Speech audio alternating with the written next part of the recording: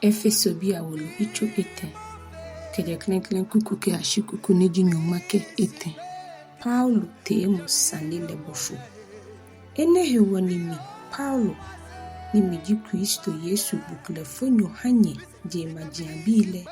keji nyenua ke nyumo ke dromo ehami hanye somole. Ujiemo no echo ehami le teemo sanile. Tamabo nimi manyefio mumule keji nyekanile. Nyanye yo ake mina Kristo teemo sanile shishi. Teemo sanile yinoini ehole mnile. Aha gbeme abiale. Tamoboni agbene ajiekpo achon ibofo ekronkron ke gbalo ile ke chomu mole nole. Uji ake je majiambile hu ni yelo ile ekome. Ke gbomo chole he ni ile ekome. Ke meni awa meshiye Kristo Yesu mnile hu ekome jiame ke chonsale papale no. No he solo jimi yenumodromo ni keni ni acho ehewale nuchumo no ake hamile na. Mi ni mejibi biofe hechelo ele fele ake neken dromo ne ihami ake mi jaje Kristo ni fale ni anye shishi anale hisani papale mi chonje majinle ni mi hame fe anate mo sanile higbejiano to le fan teemo sanini ake teke je yinoi ni ehole amne ke bashi amrone yenyumo moni boni fele mnile kuni agbene acho asafole no aha onupa ikeme ni yo hegbe enwe ni anle ale nyumo nile ni jio ehekpo yegbe short epi anole mo fe ni ne ye na no yi ni eto ye Kristo Yesu onu chole mnile na Kristo Yesu no himoke yeli no wochon ni wona eka ni woke ya anyumuhi ekehewale no hiwale mimpanye fai ni nye ni jia akaji awi yemima ni hunu inimi na yenye hiwale ahiwo eja ake nye nyamni keje kuku ni ji nyomake edwe ke ashi na agbe Kristo sumu ene hewa ni miya mina kuche ya na ye chele hie momli nino ni achole akeche ye mweke shipon le no le fen jele ni ye enunya mfale na ale ehanye cho emumole no nyehi awa kpinti ye nyemigbo mole befan ni acho hemo ke yeli no ni Kristo ahishi ye nye twi amni ni nye shishifa amoshi ni nye mashishi ye sumomni mi soli ninye na hewale ninye keme kronkron le fe ayo Kristo sumo lelemo ke ekele ke enokole ke emlikolele ninye le esumo ni teke ni le fele ko ni nyumo oboyi mole ayimo nye fe oboboyi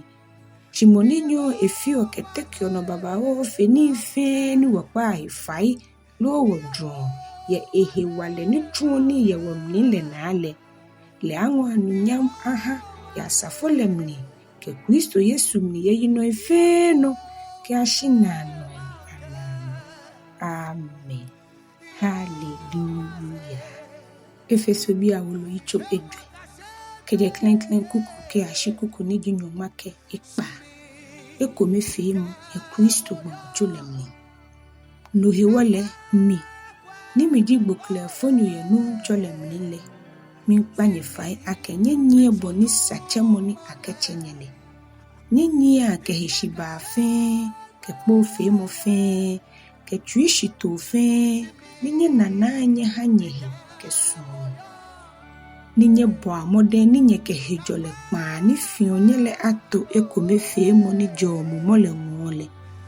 bomo chokome ke mo kome yo tamobono ni hieno kamo kome jino ni yo chemo ni achenye lemnile nuncho kome hemo ke yeli kome baptismo kome nyomo kome meife ache kome moni yo meife no ni echon meife mni ni yo meife mnile chiwote mo fe mole ake dromo le ehale Kristo ni keni asusu mole na no hiwole ike ekwokete enwe ni ngondomi anu ikenike ni hagbeme chini ake ekwole te eshishin keje shihu ekple kekete shikpon le shishini anchuchule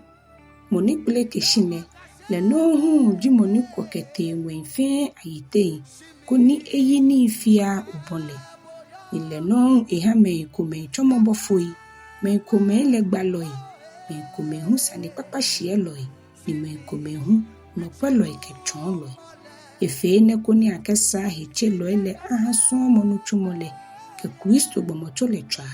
ke ashibe yino ni wofe wo hye ekome femu ni onu mobile no hemo ke yeli ke ehenile mnilehi ni wofe nu ni eyemu e Kristo emu yeli le susumona koni wakakae wofe abifabi ni chomo fe chomo hoso ametamoko yo hoso ni ekpala mekeya ke ba yegbemi anga fonto ke kutumpo ni akashishio mele ana